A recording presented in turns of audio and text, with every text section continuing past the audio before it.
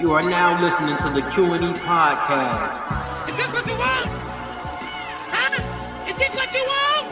Well, try again, goddammit! What's up, everybody? You're listening to the Q&E Podcast, and you're here with your boy Q Hicks right now. And I got Edgar on the other line. Edgar, tell the people what's good. What's up, everybody? Welcome to another episode of the Q&E Podcast. We got a lot coming for y'all today, man. We got some NFL news for y'all, some NBA conversations. We got a lot of entertainment and current events to go over with y'all. We got one more week until we get into NFL football, bro. I know this preseason shit been real mellow. It's been kind of a drag. Not too many people playing for real because they saving their health for the regular season. But we got that NFL Live coming up for y'all where we give our biggest predictions. So just one more week, y'all. Exactly. I was just going to mention that our live stream, we will be having a live stream for our NFL season predictions. So definitely join in on that. We will be having fans jump onto the live stream as well and be a part of the conversation. We want to hear you guys' takes, and we will be posting that on social media just to interact with our fans more. So definitely hop on that live stream. We will be having it probably next Thursday or Friday. We'll let you guys know, but definitely stick close to the social medias and we'll let you guys know. And if this is your first time listening to the Q&E Podcast, we do have 4 segments. We have our sports segments, our social media wants to know, entertainment and current events, and Pass the Ox. So definitely stick with us throughout this whole episode. And we got a lot of movie and show news. So definitely stick with us to the end when we touch on that. But the first thing we got to touch on is probably the biggest sports news of the week. We got to talk about Kevin Durant staying in Brooklyn. It seems like it was a kumbaya moment in Brooklyn between Josiah, between Steve Nash, KD, Kyrie. Everybody ended up meeting in the room. And KD said that he was willing to come back to the team after months of trade rumors going by and the Nets not getting the deal that they ultimately wanted for him. We are back at plan B and feels like we wasted so much time talking about this shit. But What was your reaction to it? I couldn't even be surprised at this point. Like, we continue talking over and over again about how the market just wasn't that big for KD. And I know it sounded crazy at the time. It still even may sound crazy now, but not that many teams should have even been interested in KD. Like, there's so many playoff caliber teams to where they would have had to give up so much just to get him that it would have set them back actually to get KD. There weren't too many options for him. Put us in the situation we're in now where we get the news that he's staying with Brooklyn after everything basically is fizzled out at this point. So I wasn't too surprised seeing the news. I was just looking at it like, damn, like the team had the leverage over the player in this situation. And in recency, we've seen a lot of situations where the player has had the most leverage, but this is one of the few times of the last few years where the team is the real winner in this situation. And it's crazy because it's like we kind of seen it coming because they weren't getting the deals that they wanted. We high-key seen this coming, but we didn't know how KD was going to react to Josiah coming out a couple of weeks ago and saying that he was going to back Steve Nash and Sean Marks after KD gave him that ultimatum. We just didn't know where Josiah was really going to fall on that, but they still ended up having a kumbaya moment. So I'm happy he's coming back because I think he's the best playing with the Nets right now. I really didn't see any place that he was going to go where they were going to get an adequate return for him. It's like maybe, probably the Celtics. I was telling them when the offer was made, the Celtics was probably the best deal. But what everybody else was offering, the Tyler Heroes, the Gary Trent Juniors, the DeAndre Ayton or Mikal Bridges, it just wasn't enough. So you couldn't be surprised by it. And the Nets still have a good team. We can't forget. We had them boys as title favorites last year, me and you. So we can't act like we was fronting on the team. They still got talent now. They still got Seth Curry. They still got Ben Simmons, Kyrie, KD. Joe Harris is coming back from injury. They still got a squad now. But it's like, are y'all really like that for real after we just seen y'all get exposed like that? But my thing is, bro, it's like that on paper. Yeah, they got the squad for real on paper, but is the chemistry there? Like, is the quote unquote brothership bond that KD and Kyrie had? Is that still there? Like, because we can't act like there wasn't a rift in that relationship throughout this entire summer.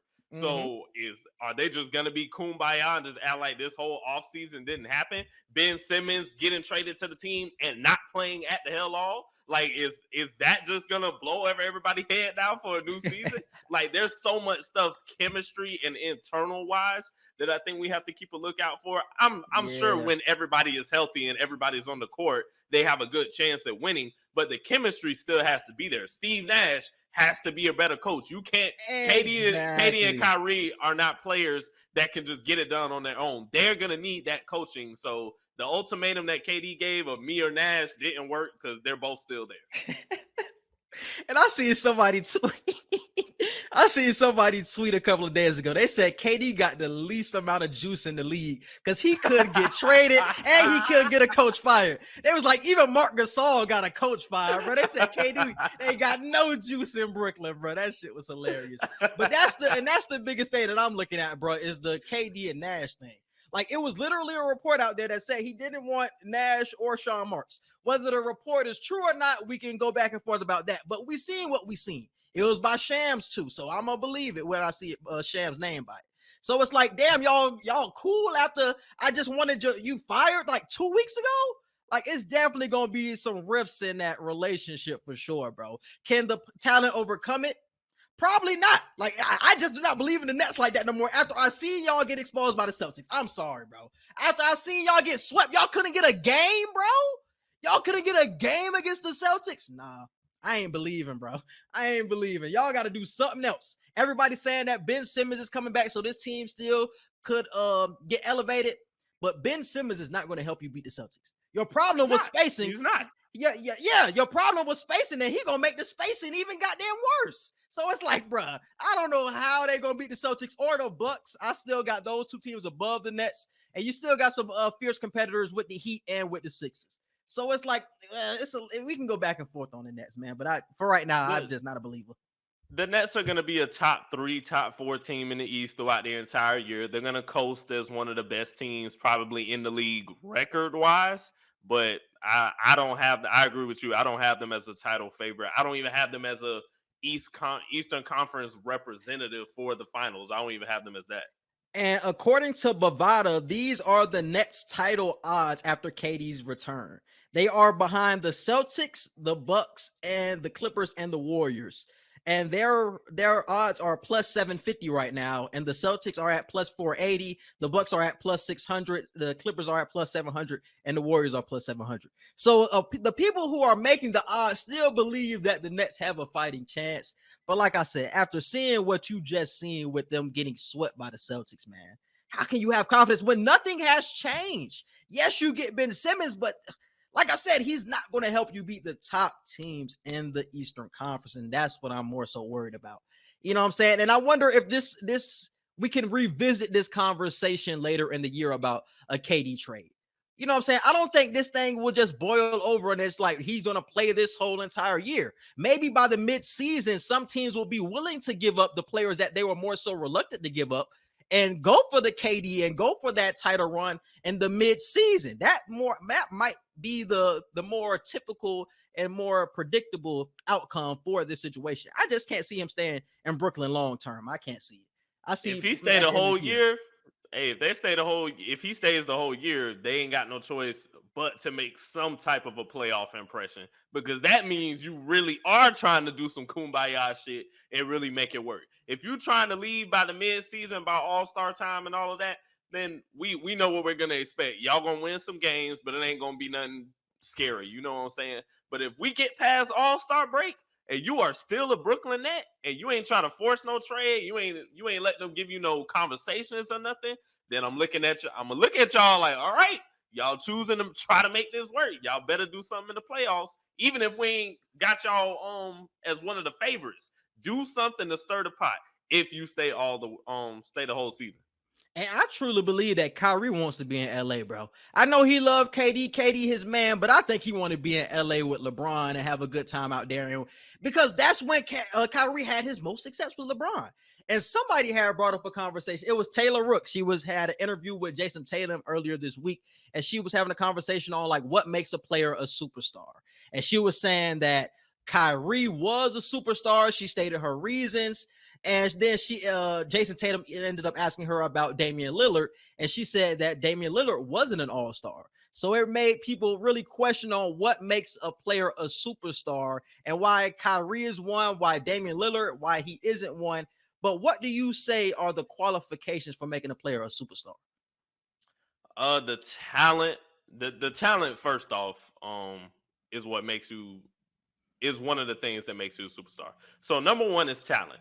2 is impact on the team. 3, I think it's the cultural impact. Every superstar you can think of in the NBA, NFL, whatever, they have a cultural impact that people just gravitate towards. You just love their aura, everything. LeBron does everything better than everybody else. We're intrigued with every aspect of LeBron's life because he's just that superstar talent on and off the court. Ja Morant has reached into that superstar bag to where he's getting all the commercials. He has the level of play of a superstar. He's leading the team. He's the face of the franchise. So I think those are the key components. Do you have the talent? Are you marketable? Do you have a big team impact? And can you be the face of the franchise for multiple years? Those are the questions we have to ask when it comes to being a superstar. So is Damian Lillard, so is Damian Lillard a superstar? I would say no, because I just don't think his marketability isn't that high. What do you mean? He's not more marketable than Ja Morant. Come on, bro, but he got a proven track record, and I think that has something to do with being a superstar too. You got to have some sort of. You can say he was. There was a point in time Damian Lillard was, but if you ask me right now, no, he's not a superstar at this exact moment. No, I think it might be a little too early for Ja to say Ja's superstar for real, bro. It's high key a little too early for Ja. Like Jason Tatum just got into that superstar realm, and now people starting to question him because after the finals. So I think if Jason Tatum just got there, Ja gotta wait his turn high key because I think it's a limited list on how many superstars it is. I think it's only 5 or 6. With it? Do you think wins play a part? Wins come along with it. I think it's a proven track record that goes along with it. Obviously, it's the supreme talent, it's the impact, all of that you said. But I think it more so you have to have a proven track record in the playoffs, bro. That has to be something key. And that's something that we haven't seen from Ja. We haven't seen that from Dame consistently. And we damn sure haven't seen that from Kyrie without LeBron. That's what made everybody so up in arms in Taylor Rooks' post, because she ended up saying that Kyrie was a superstar when we haven't seen him do anything by himself or with the team without LeBron. I think Kawhi Leonard is a superstar. I think LeBron James is a superstar. Steph Curry is a superstar. Kevin Durant is a superstar. And Giannis is a superstar. I think there are currently 5 superstars in the NBA right now. Everybody else. Are we counting Tatum? Are we counting Tatum at this And Tatum is right there on the fringe, bro. I can count Tatum because he has a proven track record of winning. I'll even put Tatum as a superstar. Damn, but I got Jokic too. Damn. Nah, Jokic kind of. I don't know, but it's like Jokic. He's a weird one because he got the MVPs. But it's like, damn, are we calling Jokic a superstar? Nah, he's a very chill all-star. Like he's not superstar level, bro. Because when you think of superstars, you thinking of people that you see not just when it's involving basketball. When it's not basketball season, I don't give a damn or don't care what Jokic is doing. I don't see him anywhere on my social media or anything. You will see the faces you will see no matter what time of year. You will see Ja Morant, LeBron, Steph Curry, Giannis, KD. Who else you said? Even Tatum at this point, because he's getting the Tatum is at that. And like I said, Tatum has a proven track record. He's been first team All NBA for multiple seasons. It's like, all right, Tatum has ascended to superstar. You can say what you want about the finals, but I'm saying for seasons he's proven that he's supposed to be in that superstar realm. It's weird. Like Jokic is a tricky one for me, bro, because he has the MVPs, but truthfully, when you talk about the cultural impact, Jokic isn't up there when you talk about that. We can talk about talent because he's the most talented, to me, big man offensively that we have ever seen. But when you talk about superstar, I would not put Jokic in there, bro. I wouldn't. So Tatum would be 6. Another one, and just to segue to football for a second, Lamar Jackson. Is Lamar Jackson a superstar based off of the criteria that we talking about? It's kind of different with football, bro. Damn. It's kind of different with football, dog. Just think about quarterbacks. You ain't even got to think about every position. Okay, just think about quarterbacks. I would say yes. If we're just talking about quarterbacks, I would say yes. He's a superstar. I would say yes too, but that's another person where it's like you really got to think about it. He's Patrick Mahomes. You ain't got to think about it. Yeah. Patrick. It's really Patrick, Tom, Aaron Rodgers solidified.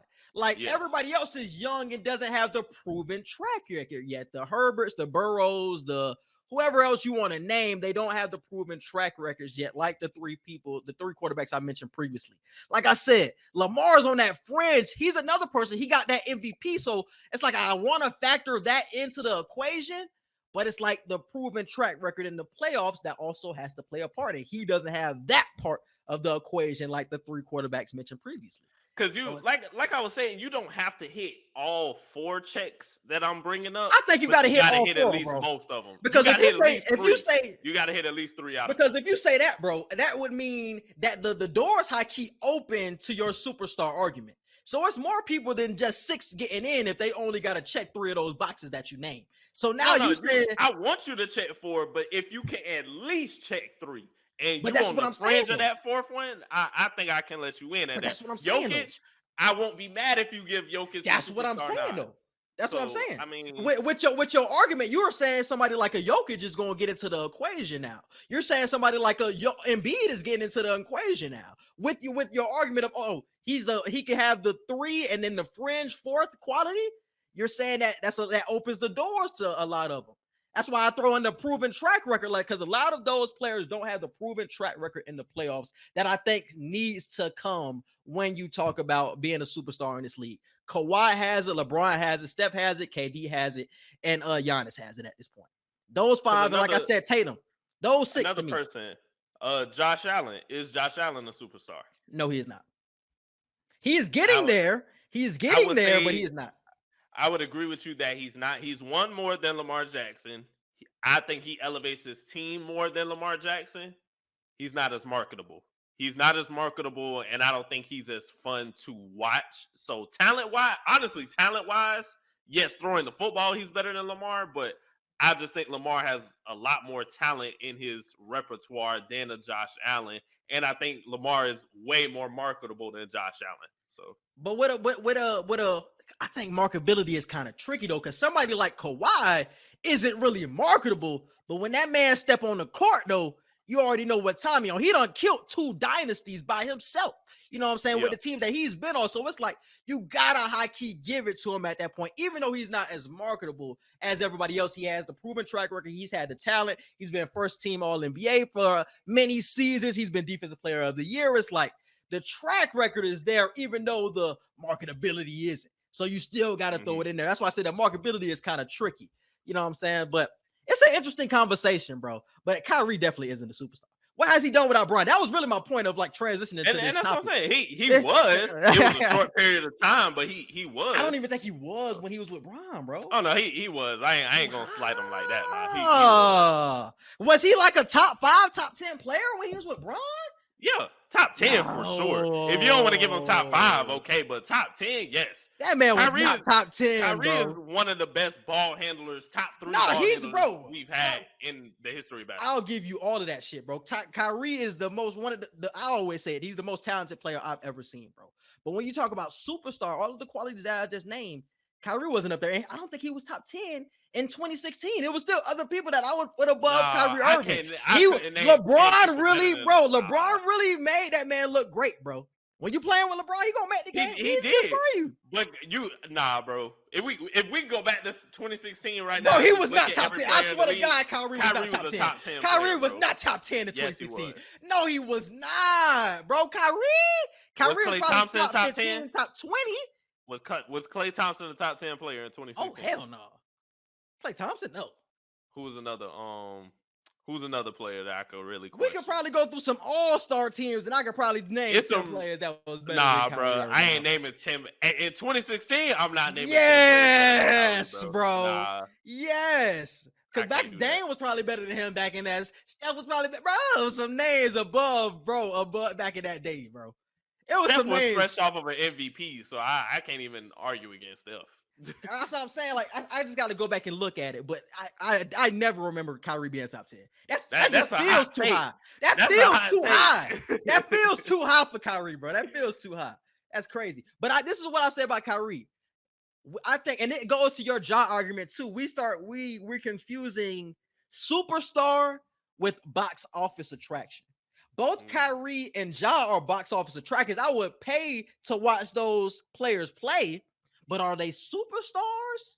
Ja, not yet, and Kyrie, no. But they're box office attractors. You would love to see them play, but when it comes to the qualities of proven track record, impact on team, and just the impact on the league as in total, I can't say that for those two players. Not yet for Ja. He's getting there, but not yet with the proven track record. Ja has a wave.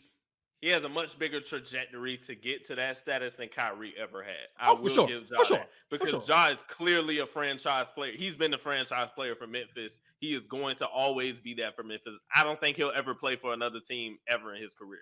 Ja Morant, I believe, will be a Memphis Grizzly his entire basketball career because he has that type of aura that you just want to build around. And the city of Memphis hasn't been this hot since like Zach Randolph, Tony Allen time, you know what I'm saying? And I think they have a chance to be even better than that because I think they're going to get a chip. They may be one of those teams that get a chip in the next 5-6 years. They need, all of Memphis needs is a big trade to swing their way, bro. A big trade swings their way because I think it was bullshit, but I was hearing some trade rumors with the Grizzlies for KD.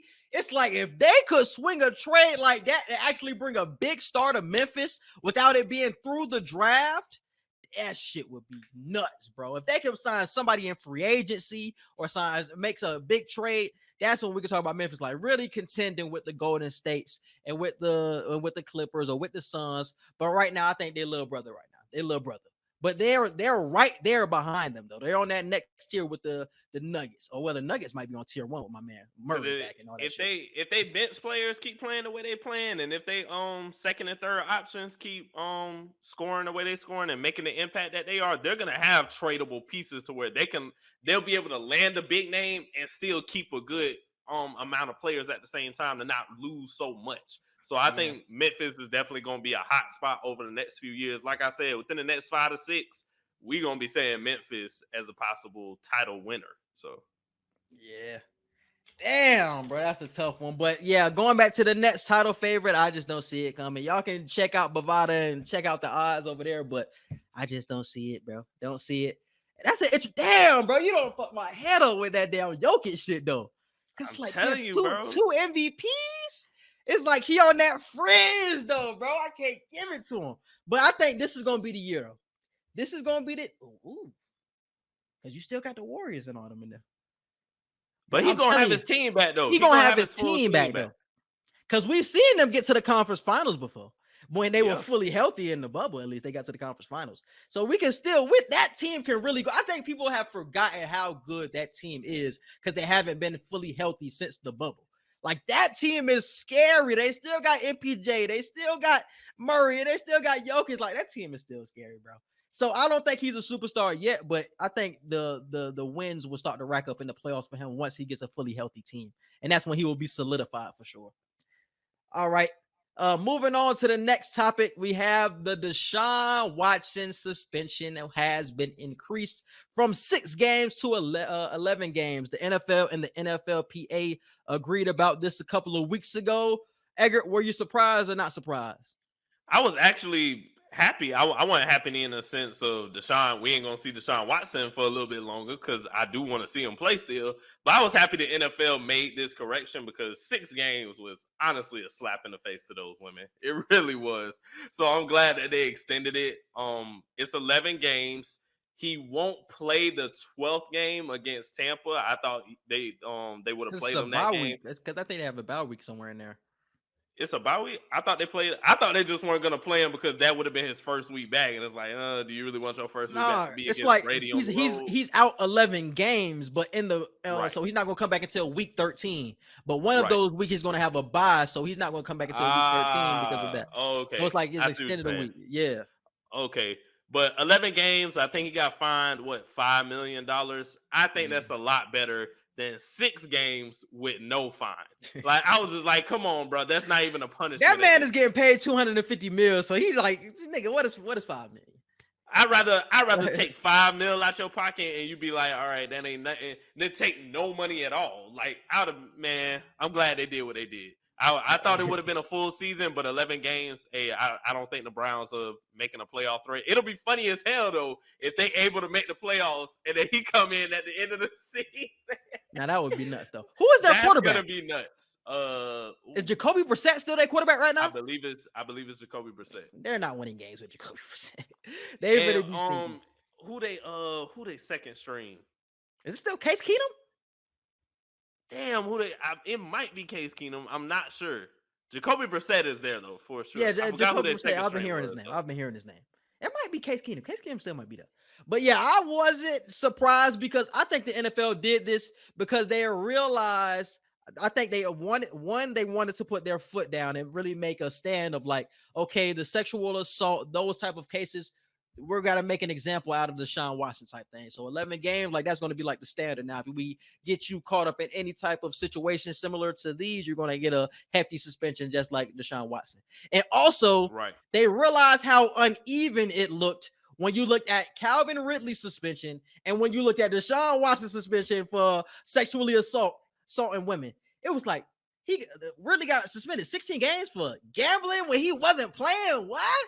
And Deshaun only got 6 for sexually assaulting 20 plus women.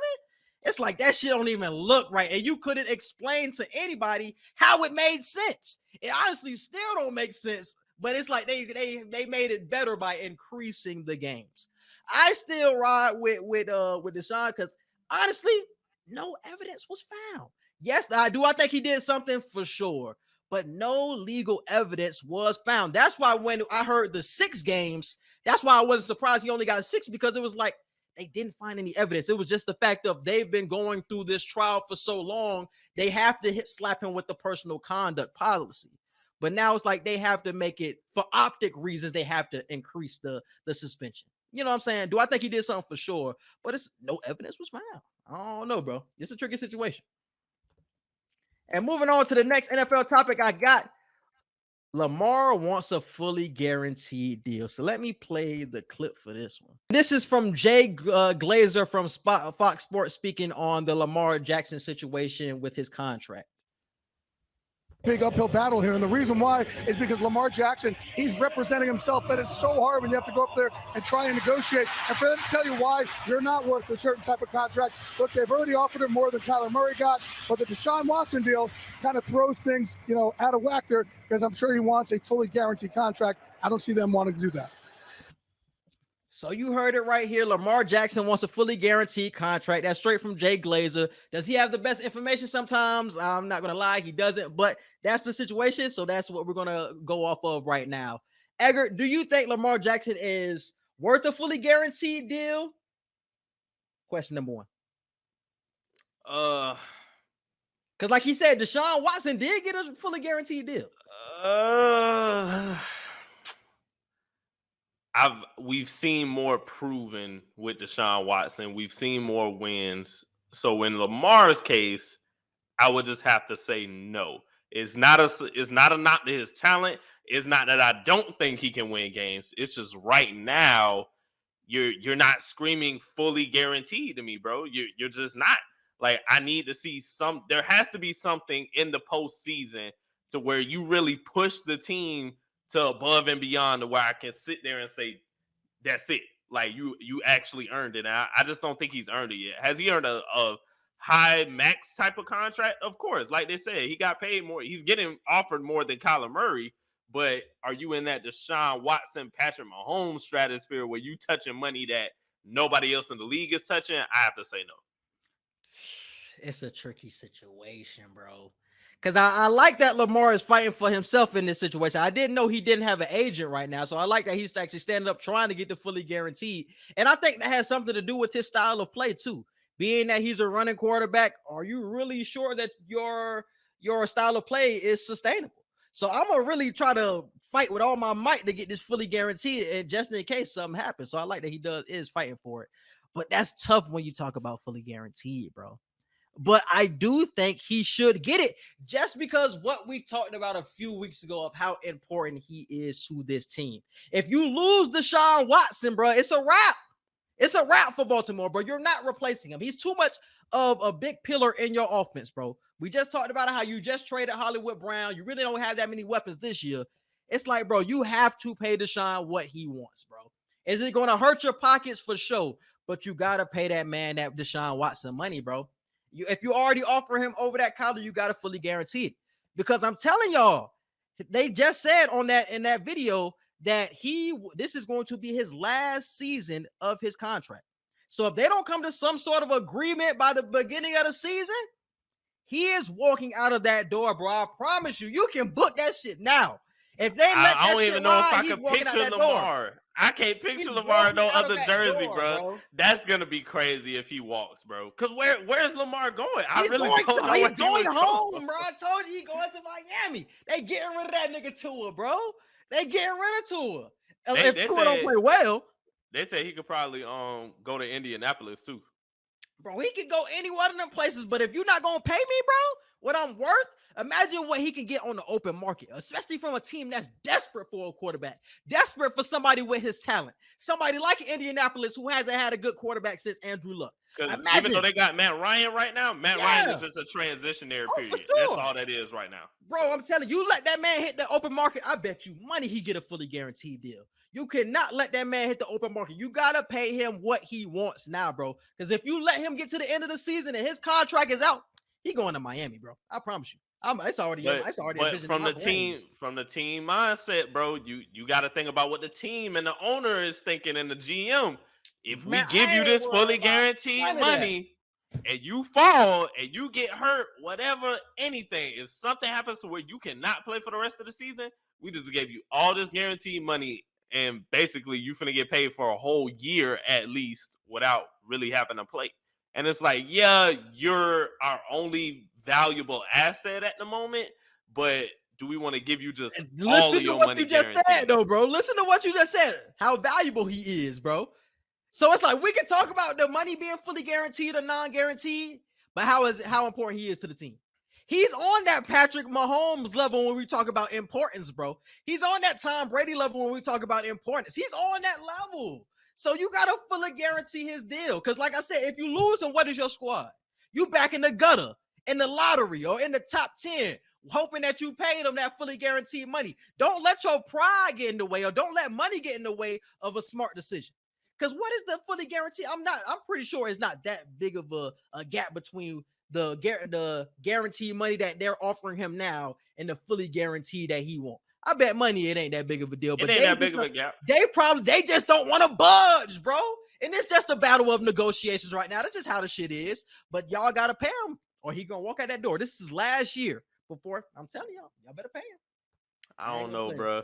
I don't want to see Lamar go. I think Baltimore is where he belongs. I feel like he fits perfectly in that system, but I don't know. I always try to think of the business aspect at the end of the day too. I'm pro player. I'm always pro player, but I have to understand the business side of it to where it's like, hey, we get it. You're our only real valuable asset, but do we want to put all our chips on you and then something happens? You always got to have that if in your back pocket. So. Let me ask you this. If you worked for Bovada, bro, the betting site, and you were trying to make some odds on the percentage chance on Lamar Jackson leaving, what would you put on that? What percentage chance? The percentage on him leaving? Yeah, what's the percentage chance? I say it's at least a 35-40% chance. That's pretty goddamn high, bro. That's pretty high. That's what I'm saying, bro. I think I would be in that same ballpark as you, bro. I think they would end up budging at the end where it's like, we got to give him what he wants, because I heard that Lamar doesn't want to talk about the contract during the season. He wants everything to stop before game 1. So it's like we have a couple of weeks left before this contract has to get done before he's off of your team, or you have to talk to him again in the summer. So that's a sticky situation, bro. It's really 60, 45%. That's what I'm saying. It's 65, 35, 60, 40. It's around that range for me. Like, I think majority, even if he don't get fully guaranteed, I think majority rule is going to have him still stay.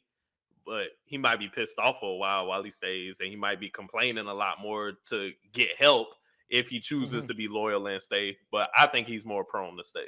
And listen to what they said, bro. They said when you're battling with the owners and stuff like that, or general managers, when you're talking about your contracts, you really start to feel and see how the team values you.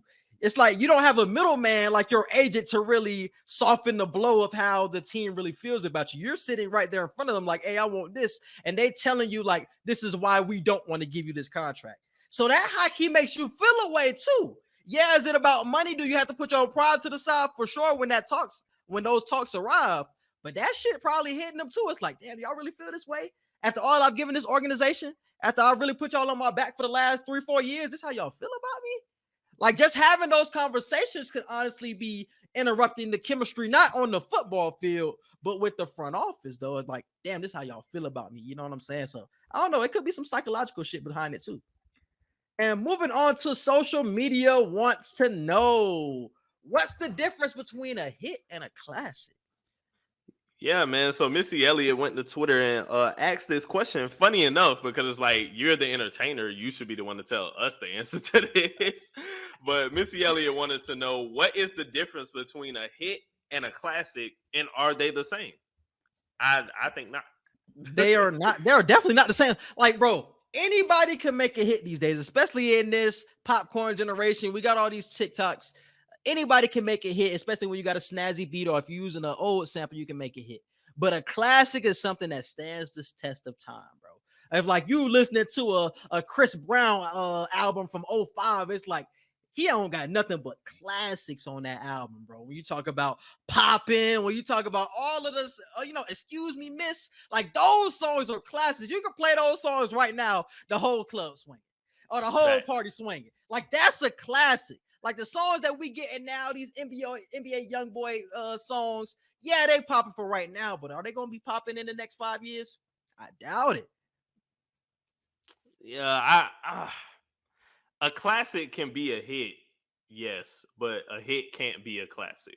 And I think that's where the difference is. I agree. Like you just said, Excuse Me, Miss, it was a hit during, but it stood the test of time and became a classic. That's where the difference comes in. Like you said, anybody can make a hit nowadays. Any song can get popular. Any song can go viral, especially if you can add a dance to it. Damn near anything you can add a dance to nowadays is a hit.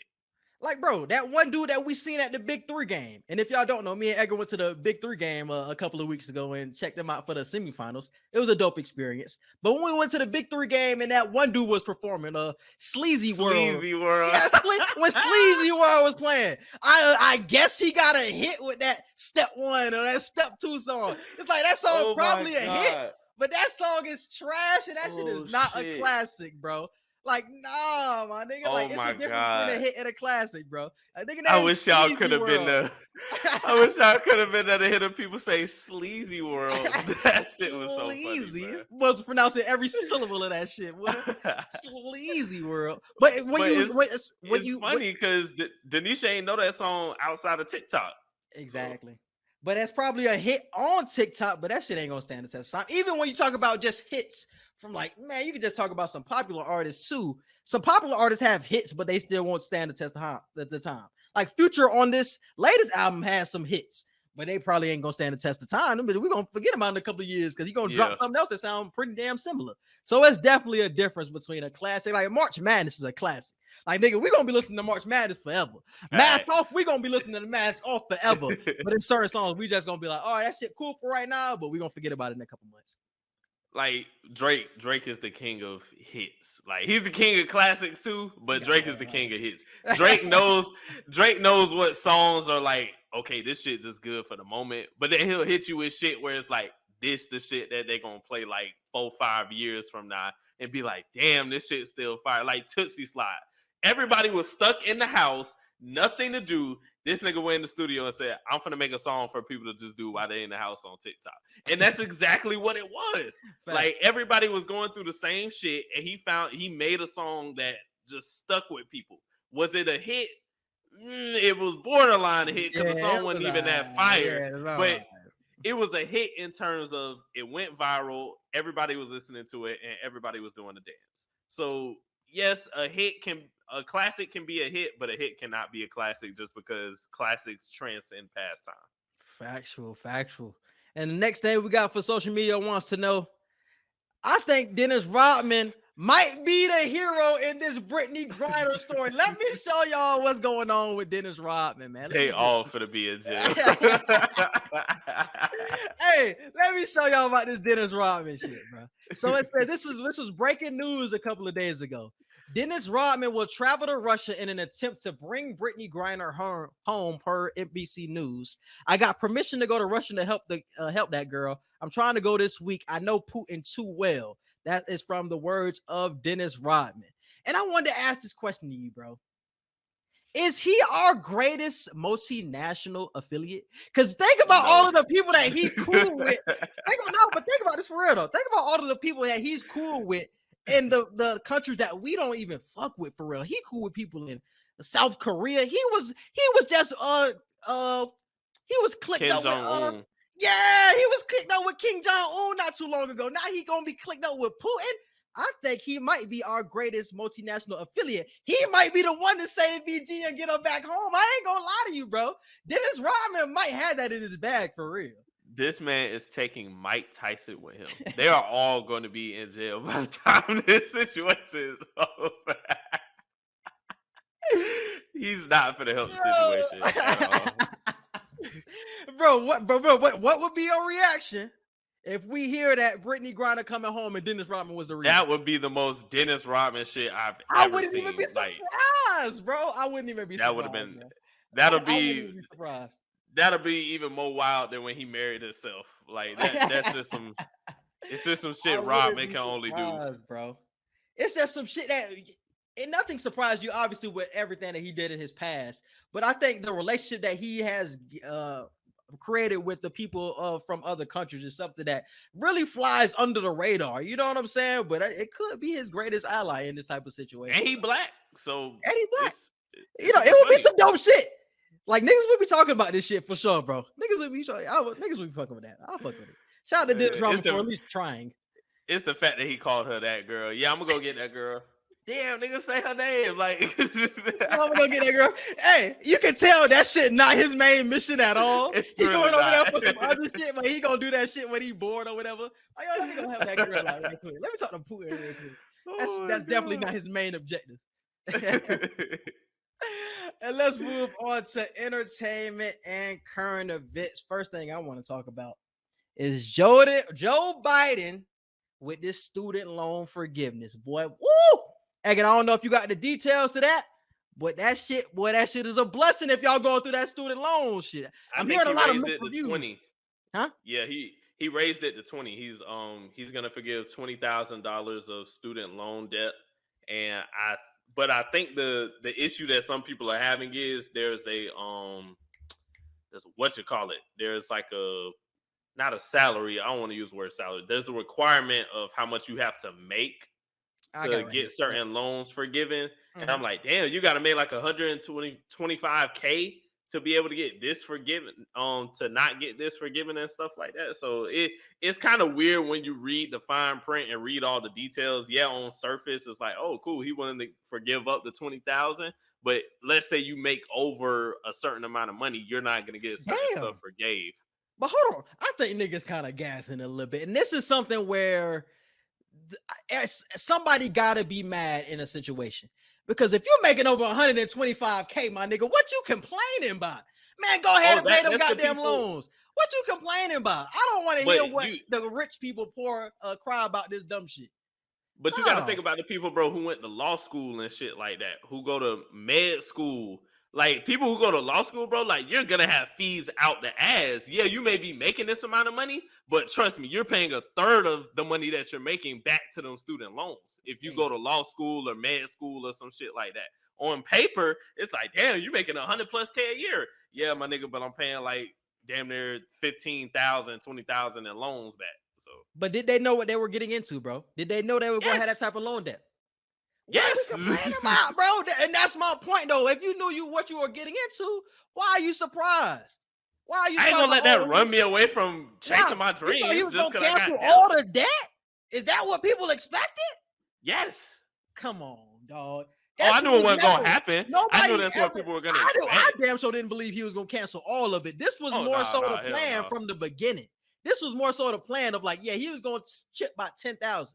Hearing that he about to chip 20 off is kind of crazy to me because that's like 20 is a lot. So for a nigga who got 5K in debt, shit, my shit going away. I ain't gotta worry about it no more. I ain't gotta pay back shit. So a nigga like me who went to regular school, regular college, I am feeling blessed right now. I am feeling blessed. But that's crazy. For somebody who making 125K, bro, I honestly don't want to hear about your problems. I don't want to hear you complaining and bitching. I don't really give a fuck. You know, pay back them loans. Pay back them loans, my nigga. You making way more money than the average nigga. That boy ain't got no empathy. I just sent you a tweet. I just sent you a tweet too. Where that tweet at? This shit say, and look at the number, 125. Making 125K as a white person and making 125K as a black person isn't the same. It's not the same. But what does that mean, though? What does that mean? Do we have more things to pay, or we're not going to be smart about our money? What does that mean, though? The tweet just speaks volume, so I wasn't going to go in depth with it. I want you to define that. What you saying that, define what you mean by that tweet, or what they mean by that tweet. I think regardless of whatever the amount is, I think 125 is just a number they just pulled out or whatever.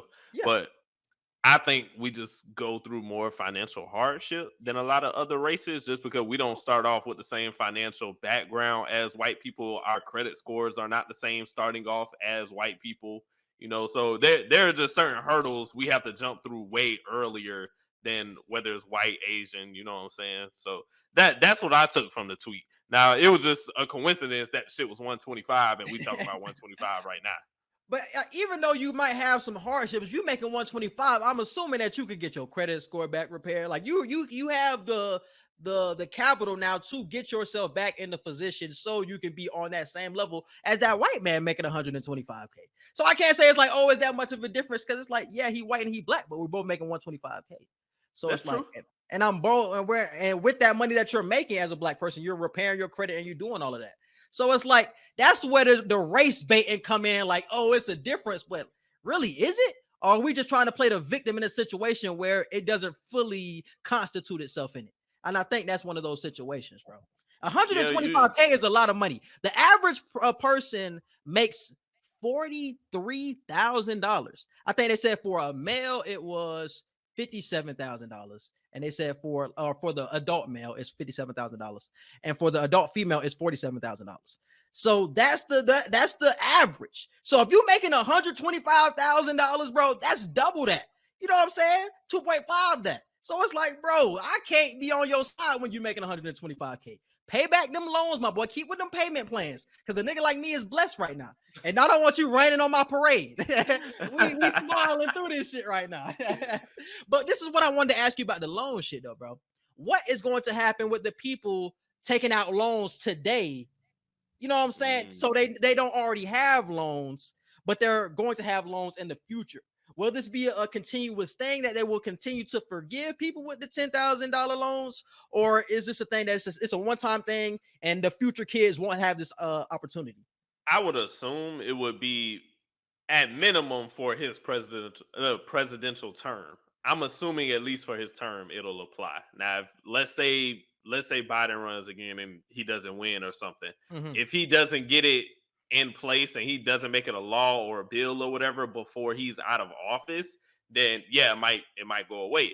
But I'm assuming he's gonna have this go throughout his entire term and be like a huge political campaign move for him moving forward for the next election. Was a big, because he honestly, y'all can say what y'all want about Joe, but we asked Joe, hey, you got to do something, bro. You made all these promises.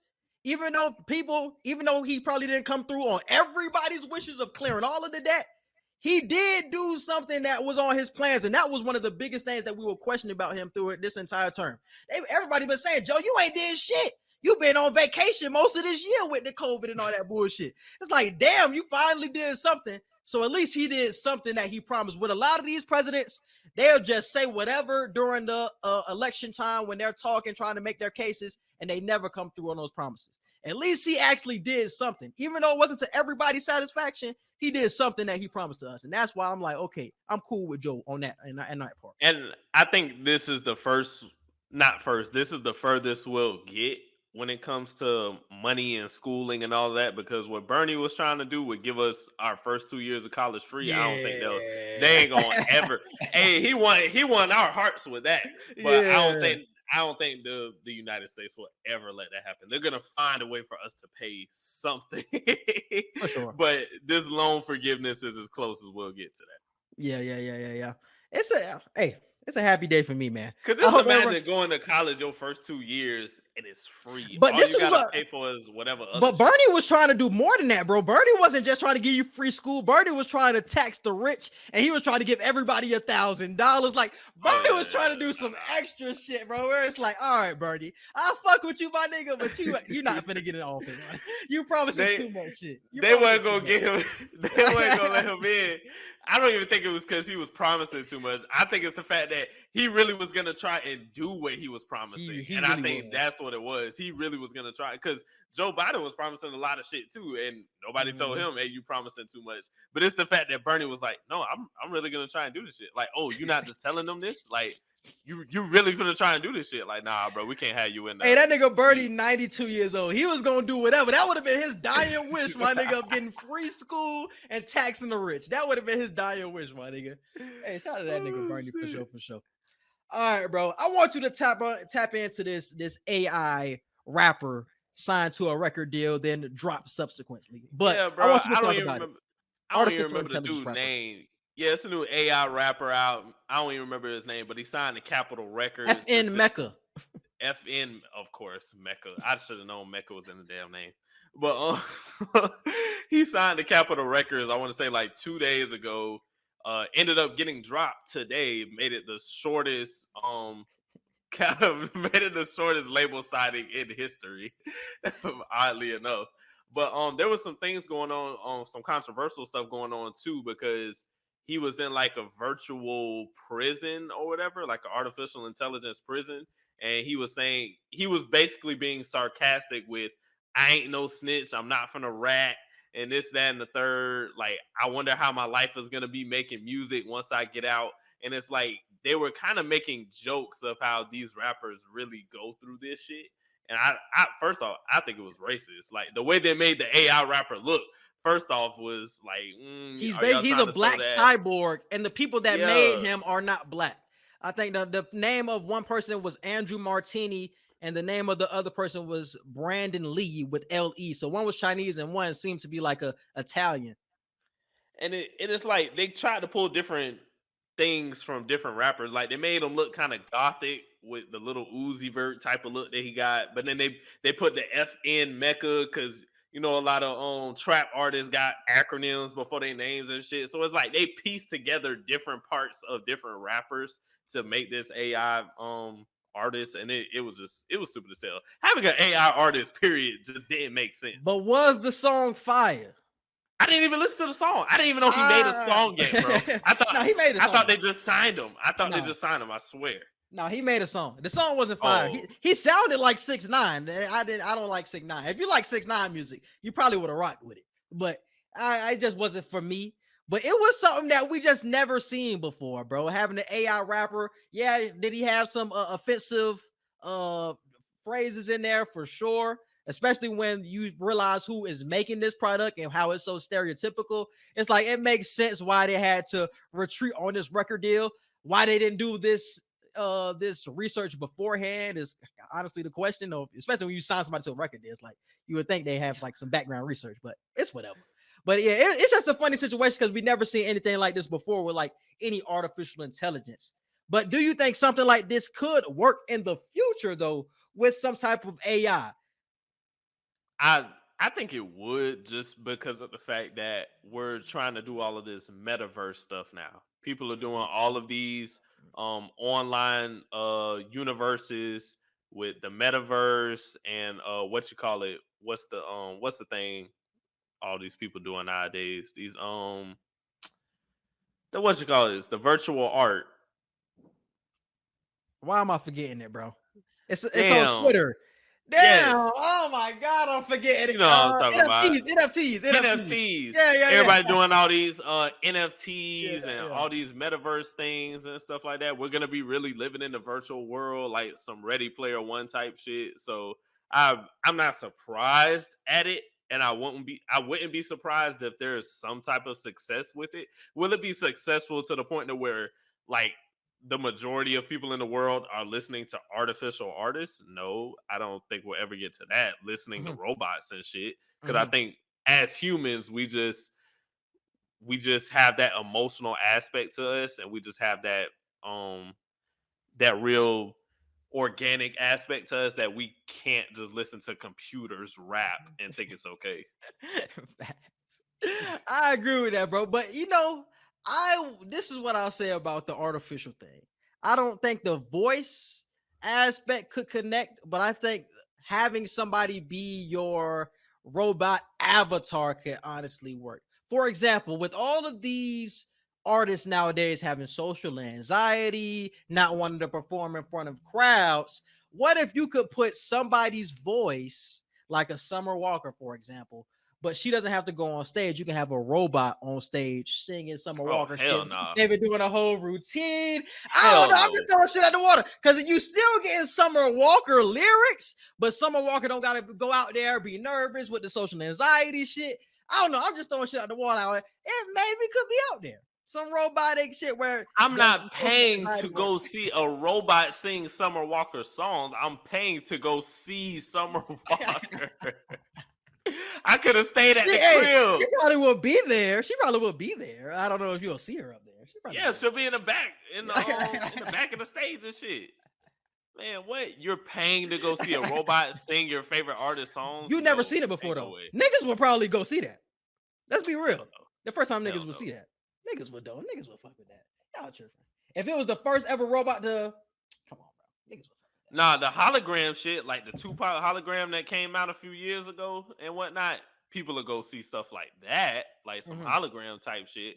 But a literal robot coming out to sing songs from your favorite artist, like that probably don't look nothing like your artist. Like, come on, nah. All right, man. Moving on to the next one, we got the Columbus teacher strike, man. So I'm seeing a lot of news. I seen some videos earlier today, and from the teachers out in Columbus, they are going on strike. They had their picket fences out earlier today in front of the teachers union building, and they are taking a stand against the union because they want to have things change in their schools when it comes to the air conditioning, when it comes to heating conditions in the school, and just not being appreciated in their schools as well. We all know that they're underpaid and underappreciated. They just want to have some sort of deal met between the two of like, okay, can we get an increase in pay, or can you at least change the conditions of our school so kids don't have to go to school in the winter and be freezing, and they don't have to come to school in the summer or in the spring and be hot as hell sweating. You know what I'm saying? So it's like they want the union to really meet in the middle with them on certain conditions that they want met, because certain shit is just ridiculous, especially after the past couple of years when they had to deal with COVID. The first year after COVID, they've done so much to keep up with the evolving nature of school, and it's still like we're underappreciated. We don't get what we need in school. We don't have enough books. We don't have enough resources. Like, we have to take a stand for ourselves. So it's been a lot of talk nationwide that teachers will start striking. But Columbus was the first school that I've seen personally that was literally out, and they are not going to be in school on the first day unless a deal is met over the next couple of days. Honestly, this reminded me of what Howard was going through a few months ago, but it was the students instead of the teachers, and the students were protesting. And I don't even know how the situation turned out. I don't know if they're still doing it, but a few months ago, earlier this year, students from Howard were protesting living in the dorms because the dorms had mold. Like, there were leaks, and there were holes in the walls. Like, there was deteriorating stuff in people's rooms. Like, the dorms were just so bad that students could not stay in there. So the students did a protest as well. And they were like, look, man, we're not staying in here paying y'all this. We're not paying all y'all this money and y'all not putting that money back into where we're staying. Howard gets millions of dollars a year from donors and all that, but y'all dorms looking like this and y'all students can't even live in these conditions. So that's what this reminded me of.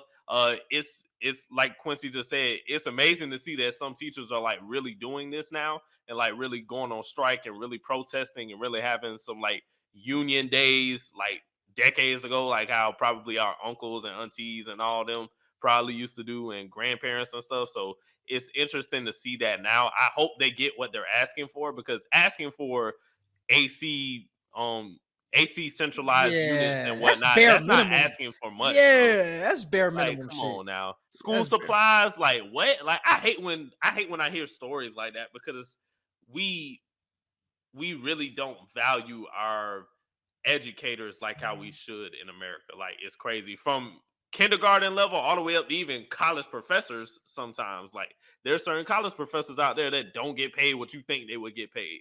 In high school, middle school, we know what terror kids can be when they're in those age groups. And I really be looking at teachers sometimes like, I don't know how the fuck y'all do it, bro. Y'all gotta really love y'all job.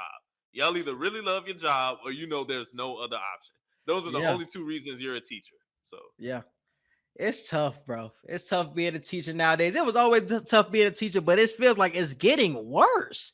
And I feel like more teachers will start to take a stand now. Like I said, it was kind of bubbling up nationwide that teachers were starting to get fed up with their situation. But like I said, the Columbus, Ohio teachers were just the first to really take a stand. I wouldn't be surprised if more did it sooner rather than later, bro, because it's the same nationwide, honestly. Whether it's the school supplies, the heat, and something is going on that something should change, especially with the pay. I think the pay should be the first thing that we get straightened out, bro. If you want somebody to show up to work, increase their pay, I bet money they'll handle the heat and the AC shit. But it's like, what's cheaper and more efficient to do? Raising the teachers' pay or fixing this goddamn AC? You might as well fix that goddamn AC so niggas can get in and do what they need to do with their job, bro. Right. So I don't know. It's just weird when it comes to stupid shit like this. But moving on to the next thing for entertainment. What did you have? I got a few things. You want me to just pull out whatever? Yep. All right. So the next thing is George Foreman is hit with a lawsuit due to recent allegations he sexually assaulted 2 minors while in his 20s. So TMZ reports formal court documents that were filed earlier today in Los Angeles shows that George Foreman is facing separate lawsuits from 2 women who allege that they were sexually assaulted by him when they were underage. And the women are identified as Denise. They didn't get their last names, probably for confidential reasons. But Denise and Gwen, the 2 women, say they were initially introduced to George Foreman in the late 60s and early 70s by their fathers, who were boxing fans. And Denise alleges that when she was 13, George Foreman, who was estimated to be around 24 at the time, was sexually inappropriate with her. And 2 years later, when she was 15, and then Gwen claims that when she was 16, while George Foreman was 23, pursued her and then would molest and sexually abuse her. Both women are seeking unspecified damages in their lawsuits. It's to also be noted that George Foreman has firmly denied the allegations. So I think it's crazy that George Foreman is now on the list of people that we looking at crazy. We had R. Kelly, we got Deshaun Watson, we got Bill Cosby, we even got Trey Songz, and now George Foreman is the next one. So it seems like every other year, bro, we get a new name, and it be from shit that happened years ago. So it's like, who's next? Like, that's really my question. Who's gonna be next? There's always somebody new. But it shows you how much shit was going down in the old days that was really being swept under the rug, bro. Yeah. And you know what I'm saying? Even when you talk about stuff like as recent as Trey Songz, bro, how shit is just swept under the rug and nobody really pays attention to it. You feel what I'm saying? Because I'm pretty sure these girls mentioned it to somebody, even made a police report about this situation, and nobody cared because it was George Foreman. He was making money. He was doing whatever he was doing at that time. So it just shows you just how the world is evolving now. You know what I'm saying? George Foreman probably gonna go to jail for this shit. It's just like, even though it happened in the 60s, like you gotta pay for your crimes, bro. If you did that to those two women, you gotta do it. Especially if Bill Cosby did it. If Bill Cosby went to jail for the sexual assault shit, anybody can go to jail. It don't matter how long ago the shit was. And Bill Cosby, I seen the documentary on that nigga. I mean, he got him. I mean, it was a lot of women. Like, it was a lot of women. That nigga's a scumbag. So yeah, George Foreman for doing it for two people, he definitely going to jail, bro. For sure. Yeah, George Foreman 73 right now, so they could definitely get a good 10 to 15 out of him before the curtain call. So he's gonna be just like Bill, have his eye popping out for even going at me. They niggas giving him pudding pop when he gonna think niggas giving him pudding pops when they really giving him the bad pudding. No, that shit nuts, bro. Shit crazy. That shit is definitely nuts with your Foreman shit. You got anything else? Yeah, I got one more. This shit kind of funny. So the Hill reports that the Cassville School District in South Missouri has sent shockwaves throughout the city and to parents due to a highly controversial announcement regarding forms of discipline. The Cassville district just confirmed its plans to reinstate its decades past implementation of corporal punishment for students. Underneath the new policy, school district employees will be able to punish students by paddling them, which is described as a last resort if other forms of disciplines fail to work effectively. Parents will have the option to opt into the new policy or decide against it. I think this is funny as hell because the amount of whoopings I got from my teachers. That's what I'm saying. Man, that's what these new kids But that need. shit These got you new right kids though. need that. That shit got you Hell right yeah. though. Because trust me, I got the shit with the paddle back in the day. I used to go to a private school back in Tampa. And them niggas used the paddle for real. So it was like, I know how that shit feel, but it got me right. Man. I won't be the nigga I was today without that paddle. Mr. Jackson, pull that belt out. No, that boy had that belt for sure, man. Mr. Jackson had that belt for sure. Man. But like you said, bro, too many kids be getting away with that slick shit where it's like something got to be done. Do we got to go back to old times with paddles? No. But I feel like somebody outside of their parents should be teaching them a lesson of like, okay, nigga, this is like the wrong and the right thing to do, bro. It's like, you got to stop doing this, especially when it's a track record and you're continuously doing this shit. It's like, all right, dog, something got to be done. It's on the parents, though, to agree to it, though.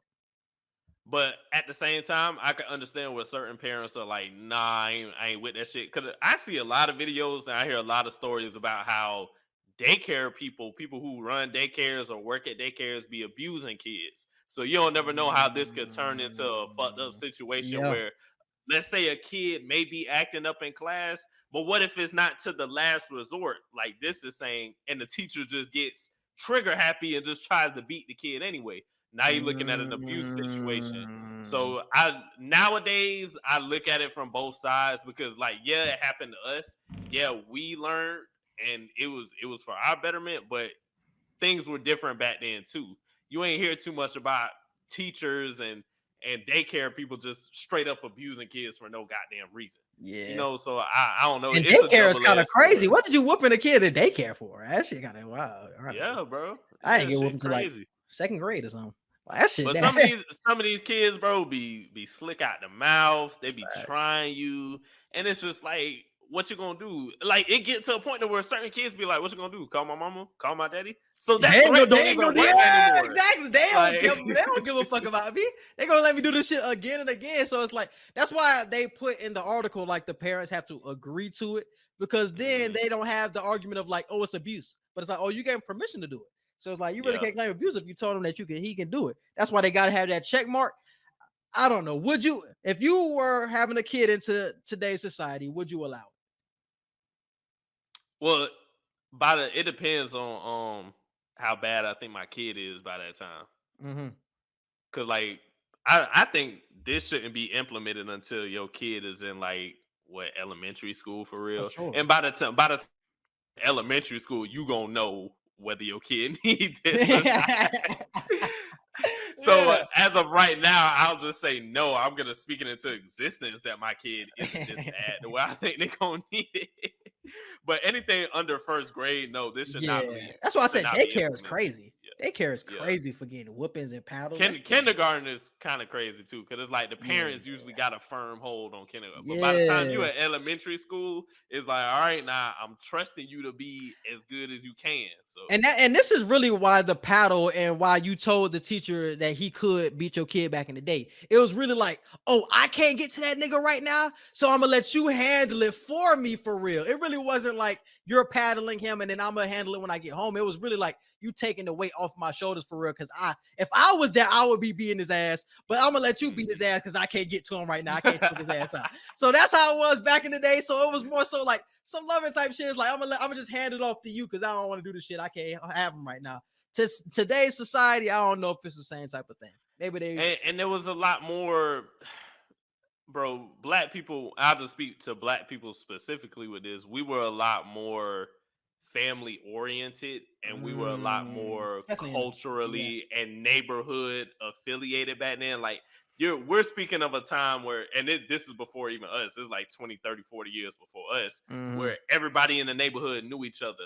Everybody was in charge of everybody's kids. If you saw Miss So-and-so down the street and she saw you acting up, she didn't have to tell your parents. She had the right to straighten you up. And then you go home and let them know what happened to you, and they'll be like, that's what your ass get. You know what I'm saying? So we're nowhere near that time anymore. Like, and things have changed too, because a lot more dangerous shit is happening now.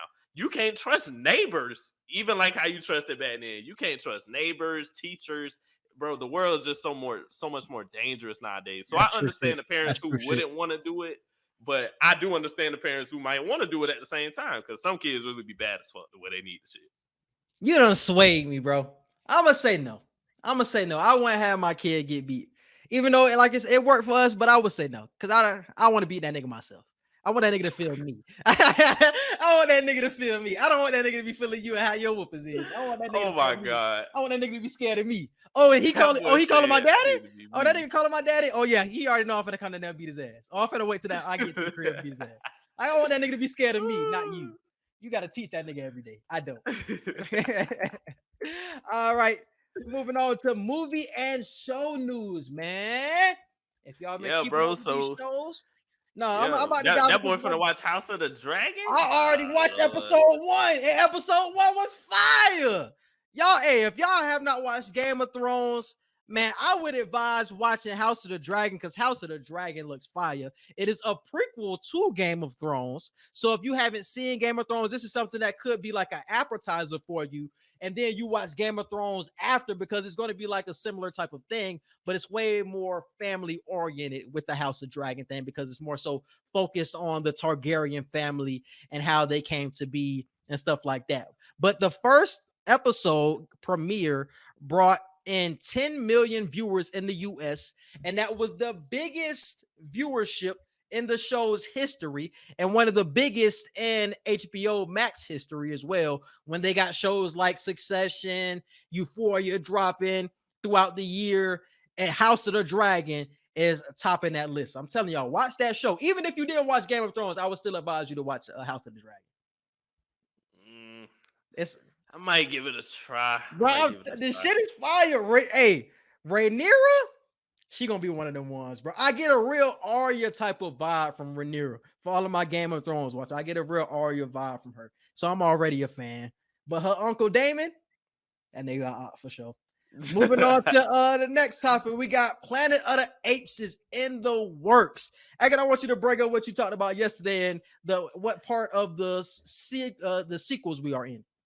So when Quincy broke the news to me that there's going to be another Planet of the Apes coming out, I was wondering, are they going to restart the franchise, or are they going to continue on what they've been giving us over the last 8-9 years now with the Planet of the Apes movies we've been getting? I hope they continue the franchise that they already had in place, because I don't know if you guys remember, but in the first Planet of the Apes movie that came out with James Franco, there was a scene where I think they were in a house or something, and there was a scene on the TV that showed a rocket going into outer space, and the astronauts were going to wherever they were going to. That was homage to the first Planet of the Apes that came out decades ago, when astronauts crash landed on a planet that was ran by apes, and they found out it used to be Earth. because the astronauts were going for however long they were going because they got lost in space. Mm-hmm. I think this next Planet of the Apes movie is finally going to be the first one, because every Planet of the Apes movie we've got throughout the 2010s, it's all been prequels to what we're really going to get now with the real Planet of the Apes movie, where it really is a planet ran by apes. And we're going to get astronauts, like 4 or 5 humans probably coming to the planet. And it's going to be interesting because the girl that was in the last Planet of the Apes with Woody Harrelson, she's still alive. Like she's a girl who's been affected by the cure that was for the apes, so she can't speak. She's lost a lot of human traits, but she was able to stay alive. Her genes allowed her to still stay alive because she survived. So that's going to be interesting. And Quincy was asking me, is she going to be like the middleman between man and ape? Like, so I think they got a lot more to play with that than just restarting the whole franchise over. Because it ain't even been like 5 years. Like, it wouldn't make sense to restart that over. Especially where we're at in the series too. It's like Caesar just died, so it's really a tough time to really restart. It's like just like push forward and see where you can go with it. You already know his son is gonna go up the ranks and shit like that. It's like let his son really carry on the tradition. Don't reboot it with another Caesar. Just like carry it on. So now we get a whole planet ran by apes, and now how do they react when it's like how do the humans react when all of the planet is ran by apes? It would be some dope shit. So I would like to see it. I didn't know about the 1980 movie. That's why it was so interesting to me. And I wonder how they're going to make the planet look, because when the humans came in the original one, like the Statue of Liberty was like 90% underwater and shit like that. And like all the cities just look like straight jungle at this point and whatnot. So I wonder, are they going to fast forward that far in time? Or is it going to be like they just come back to Earth and Earth looks empty? No, niggas gonna be on that damn Earth. It's gonna be like humans, but like nigga, it's gonna be apes. So it's basically gonna be some shit like that. But shit gonna be torn to pieces though. But it's gonna be more so civilized, because when Caesar was running shit, it was civilized. Bro. Yep. They had their little huts. Everybody was clicked up. Like you got your group, I'm in my group. Everybody was in different states. Like everybody had a plan. You feel me? I feel like it's gonna be more so like that. Yeah, we're gonna see shit torn up, but it's gonna be civilized at the same time. Everybody's gonna have order. You know what I'm saying? So I think that still be dope. But what if I hope it's fire, bro? But what if we get a twist like one of the apes? He wants to be on the human side or something like that, and so we see it like another ape on ape conflict. Because I can't see the apes and the humans.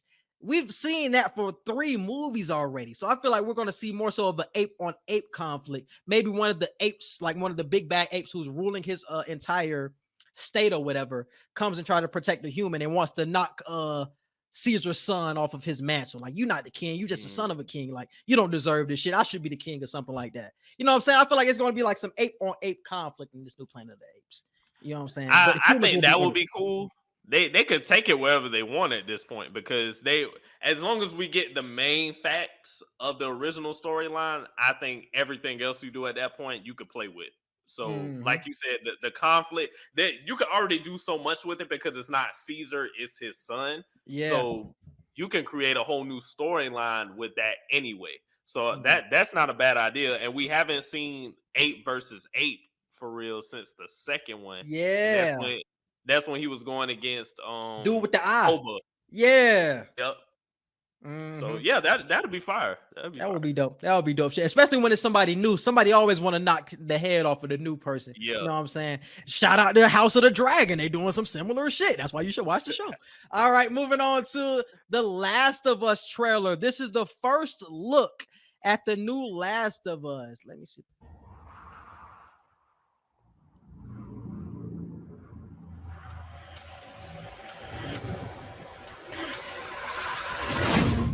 Everybody I've cared for has either died or left me. You have no idea what loss is.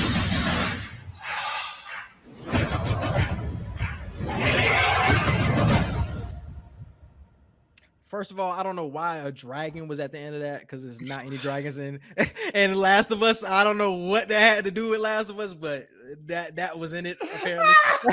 I was so confused by that when I seen the trailer for the first time. I don't know what a dragon had to do with Last of Us. Oh my god! It was literally about zombies in a pocket. Oh my god! I don't know what that was. I don't know what that was. Damn. But how do you feel about a Last of Us series, bro? I think they tried to do a movie before, but the Last of Us game was really what they're trying to piggyback off of because that's such a legendary video game, bro. Did you play that before, or have you been through I played it before, and that's why I was wondering if this was. I was like, the only Last of Us I know is with the zombies and shit. Yeah, and if that's what this is. This is what this is. Why the hell was there a dragon at the end? That's my biggest. I don't know. Maybe they just slipped in some House of the Dragon shit out. it was some weird. I don't know why it was a dragon because it's literally all zombies. It's an apocalypse. It's with Joel and with Elle. That's literally the only two characters I care about. So it's like I don't know.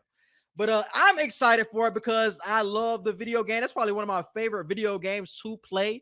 And that's something that's just a legendary video games. We talked about classics earlier. That's a classic. Like when you go through like the video games and it's the emotion behind it too. How you can get so tied to a story. Like they could have made that script of the video game a movie back in the day and it would have been a hit movie. That's how good of a video game it was. And that's how great the graphics were and all that shit. So I'm glad to see it be on the big screen now with HBO Max, man. This shit finna be legendary. That's that's like Mortal Kombat. Obviously, I feel like they could have did way better with the Mortal Kombat movie, but the concept of Mortal Kombat video game, like all you have to do is just add some good enough lines, put some good actors in. That shit could be a fire movie. Like even the Mortal Kombat versus Justice League, that shit could have been a fire ass movie, bro. Like, but DC gonna mess it up. I don't want it to happen. and the crazy thing about Last of Us, you don't have to do anything. The script is already written for you. Like, bro, you don't have to do anything. Don't try to put your little touches on it and make it yours. Just go with the storyline. It was perfect the way it was. Please do not change it. I feel like whoever makes this series gonna try to put their stamp on it, and we don't need it. Just give us the story, but in a show version. Don't be a goofy about it. But yeah, I'm excited for it, though. I'm excited for it. Yeah, I think it'll be cool. That's gonna be something that I like. And let's move on to Pass the Ox, man. What you got for Pass the Ox? Pass the Ox. Ooh, what I got.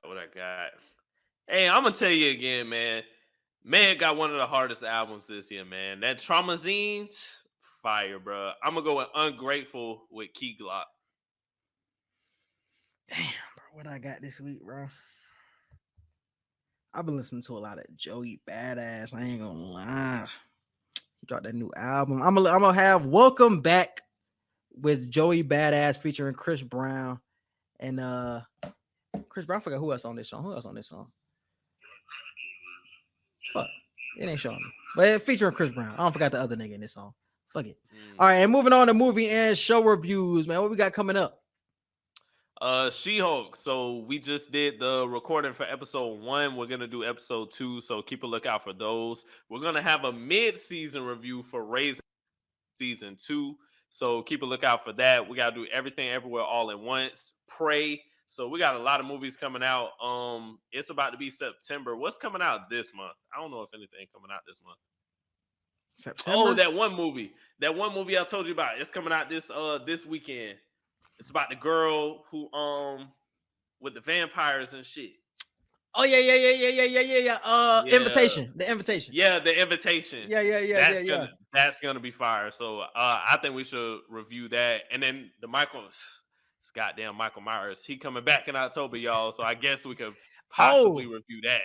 Another thing that we should review is the movie Them/They with Kevin Bacon. I think it's on like Apple TV or on Amazon. It looked like something real interesting that I think will be something dope to dive into. So I'm gonna write that down on the list, something to remember.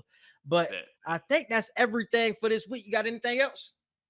I saw Turning Red. If you guys haven't seen Turning Red yet, it's a movie on Disney Plus. It's about an Asian girl who turns into one of her ancestral animals whenever she's emotionally outraged. I think it's a fire ass movie, bro. I low-key get that movie I'll say a 9.5 out of 10. That shit's fire. It came out this year. Like that shit good.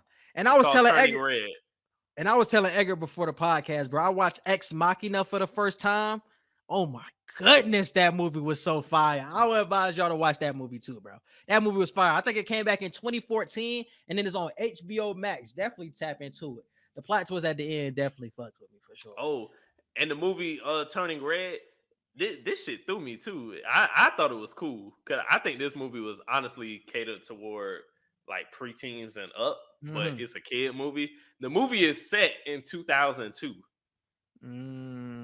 Like it's an interesting movie because it's a modern Disney movie, but a lot of the jokes that they have and a lot of the shit that you're gonna see them doing in the movie and referencing in the movie, you're gonna be like, damn, that's some shit that we did or we had when we was kids. Like, so I thought it was cool. You gonna see some shit and be like, damn. All right, man. And we appreciate you guys for listening, and we out. Peace. Be sure to follow and subscribe to the Q&E Podcast. You can find us on Facebook, Instagram, Twitter, and YouTube. And feel free to listen to us anytime on all podcast platforms, including Apple Podcasts, Google Podcasts, Spotify, and iHeartRadio. Submit all questions and inquiries to Q&E Podcast at gmail.com.